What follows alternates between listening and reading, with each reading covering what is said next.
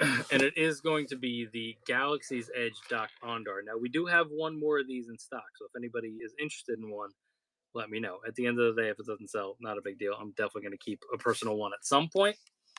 But I went to Galaxy's Edge a couple weeks ago, and I said, "Hey, they got Dok-Ondar. He's sold out everywhere. Might as well grab him." So this packaging actually does have a window, but it doesn't have an actual window. It flaps open, but it doesn't actually have a window. Sorry. So that's supposed to be what the figure is supposed to look like.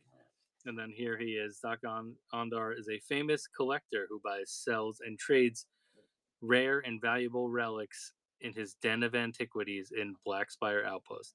The mysterious Ithorian Dok-Ondar is sought after for his knowledge and connections. So there he is. And there actually is a store in Galaxy's Edge called the Den of Antiquities, and that's where you can get this figure. And there's like a bunch of other cool stuff there. So let's get this open and get him out of here. This is a deluxe figure, so I really am excited to take a look at him and see. So here he is, all mummified in here, because this is just the era of Black Series that this came out in, when we were not doing any plastic packaging whatsoever.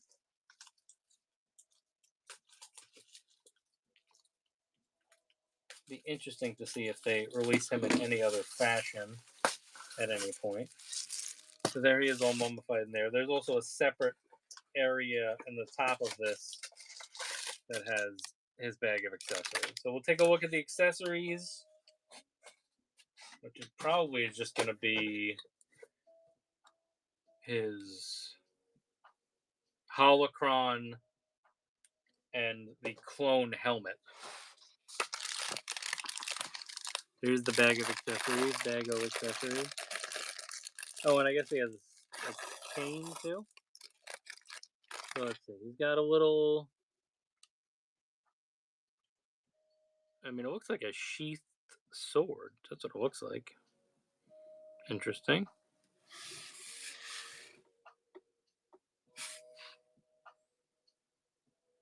Cool handle on that. Nice detailing for a deluxe figure. We do have a holocron, which I do not believe that we've gotten a holocron in Black Series yet. There's his holocron.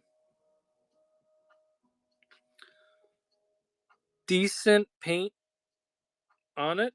Better paint than I would have expected. I could have maybe went for them going with a little more of a translucent look to that, but it is what it is.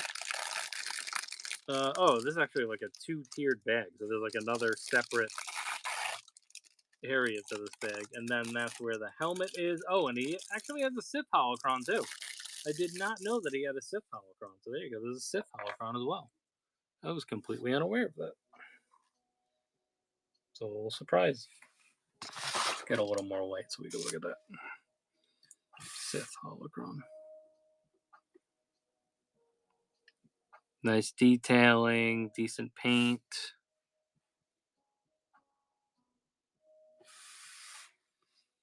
There you go, there's your Sith holocron. And here's the two holocrons next to each other. You know what? It's a good time to use this little table thing.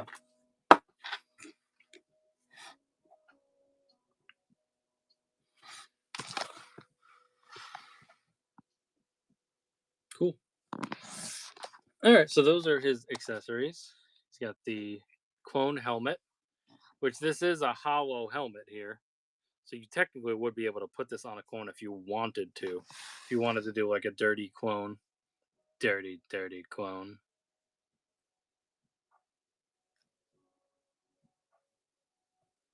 And I think it's the...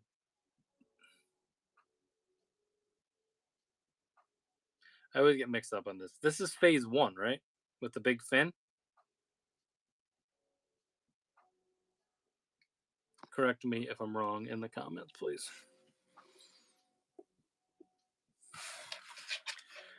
And here's the sword, which I'll put right there. So there you go. There's all of his accessories.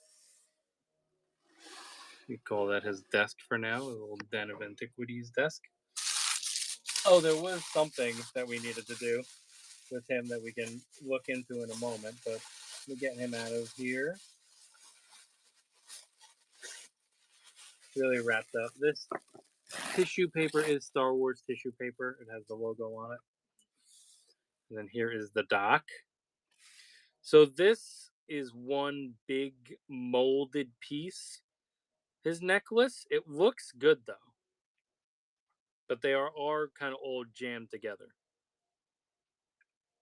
He does have a soft goods robe going on here, which is cool. There is some plastic for like his vest that he wears over the robe, and then this is one piece here that's kind of molded in.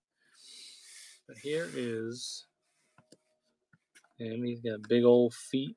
I don't know. Let's get him in a position where he can stand for a second.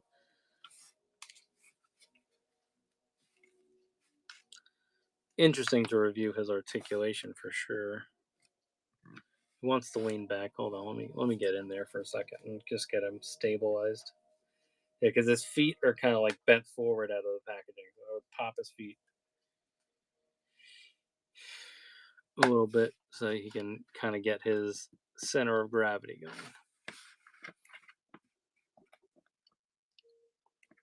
Wants to lean forward.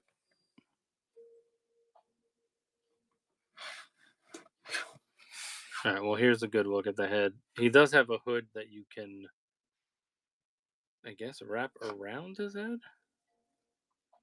It kind of just gets to the point where it'll be like just at the top of his head. So it kind of looks like he's wearing it. I mean, I guess if let's mess with the articulation and then we can try to get that going. But at least he has like a nice little hood there, which is cool. Let's take the hood off so we can take a little bit better look at the detailing on him. So he's got this like interesting neck bubbles going on here, I guess, for like his skin.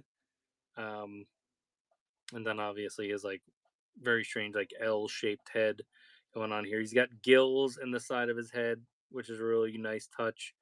The back of his head still has like the little bumps here. I guess these are his ears. Here's his ears. He's into ear stuff and all that. And then there's another closer look at the face. Very black eyes, black eyes. His eyes rolled over. He's got doll's eyes. And then interesting face going on here. So obviously, really cool stuff. And then we get down to the body. Obviously, the head is where the party's at right now. But get down to the body. Like I said, this chain that he has going on here, he's got like all his extra little accoutrements and things that he's collected over the years. He has like a sash right here. There you go, sashaying. It's the word of the video. He's got a blue sash going across here with a little like pendant going on. And then obviously the robe that wraps around and all that, and the soft goods underneath. Soft goods are obviously soft as you would expect them to be. Um, yeah, and then it's like all robe going on here. Here's a better look at his hands. Oh, he does have actually like some wrist bracelets going on here, or like wrist wraps going on here, like a red wrist wrap, which is cool. Here's a better look at the hand, ET hands, just like the other guys that we were talking about. But they do look like they can hold some accessories, which will be cool. I definitely think you'll be able to hold the clone helmet by balancing it. Probably he could. Yeah, he might have trouble holding his sword. We'll see how that goes. How that looks. Um, and then I want to get in here and look at what's going on underneath, so we can get a better idea of how we're going to articulate him. So he's got big, stumpy legs. He actually does have pants underneath here that are like tattered pants. So that's a nice touch considering the fact that that's something that you're like never gonna see. Um, but yeah, there's the feet. Got big stumpy feet going on here. I wonder if these are like maybe Marvel Legends or something. And you got thick ankles. You got them cankles going on. You got big stumpy feet going on. And then as far as like articulating him, this big vest here is definitely going to hinder articulation because this is a solid piece here. His knees seem to be like right there, but I don't know how much articulation you're going to be doing with him. Let's take a better look at this. There you go. There's a big joint there that you can get some articulation going. So there you go. All right, we'll start that from the top. So looking up, he's got actually a decent look up, better than I would have expected. Here's a look down, not too much looking down. He can go side to side with his head. This like feels so weird doing this. And he has a little rotation going on here. For the shoulders, decent shoulder pop out. Like I said, a lot of this articulation is going to be hindered by this vest here. His elbows, decent elbow articulation, nothing crazy. His wrists, he does have a vertical wrist on that side, and on this side, he does have the horizontal wrist. For the waist, let's see if we can get in here. I just don't know how much you're going to use it, but as far as getting in there to the waist, there's something going on there, but you're not going to be able to use it unless if you wanted to take this robe off. The thing about the robe, though, is that it really is clamping down on him because of this sash piece that they have here.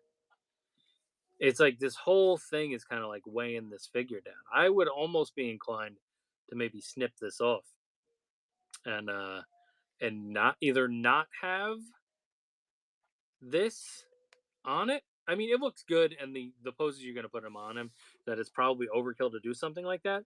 But people that really want to unlock his articulation, you might want to consider taking this piece off because there's a lot going on here that you're missing out on. But overall, like I said, we don't need him doing drop kicks. We don't need him doing backflips.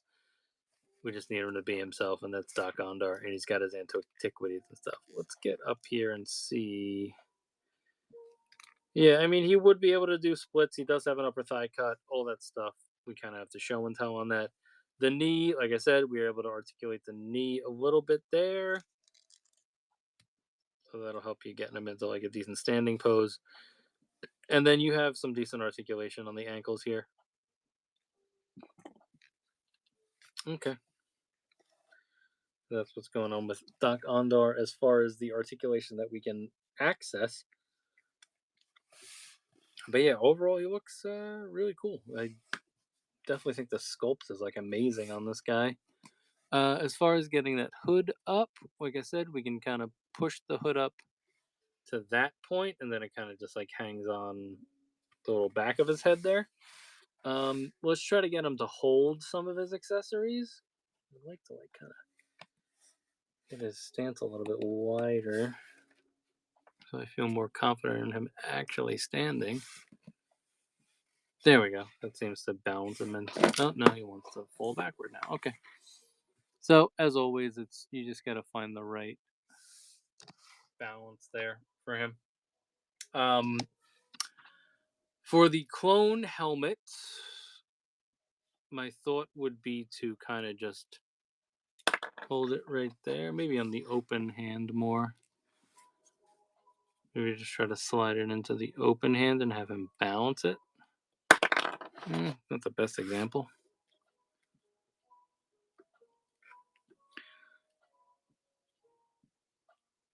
I mean, you could also kind of maybe try to like just get his hand like in the helmet and have him hold it. But it wants to fall. So that's kind of not the best. The sword, I definitely think you can get his sword in this hand. Yeah, you can get his sword in this hand. Sorry. What up, Winter? You can get a sword in this hand, and then there is a little spot to maybe pop one of his digits in there. I think they might be a little too big for that though. My thought would be that he like has it and he's like presenting it like, oh, this in in not basic, say, this is from the Sith guy. He's a real prick, but he had a nice sword, and I'm selling it if you're interested in it. Something like that. Yeah, so there you go with the sword. Obviously, he's not going to be able to really holster any of this stuff. Where did my Jedi holocron go? There it is. He's got a Jedi holocron, obviously, so I definitely think that this can just kind of slot in right there in that hand and be holding that. And then I would think you would just kind of do the same thing with the Sith holocron, holding the Sith holocron, and then just kind of balancing it.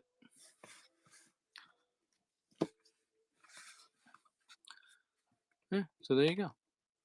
Dok-Ondar, very cool character, Galaxy's Edge exclusive character and figure. It was on the Disney site for a while, but it has since sold out. So I think you can really only get it at Disney at the moment, unless if there's like specialty shops that'll have it.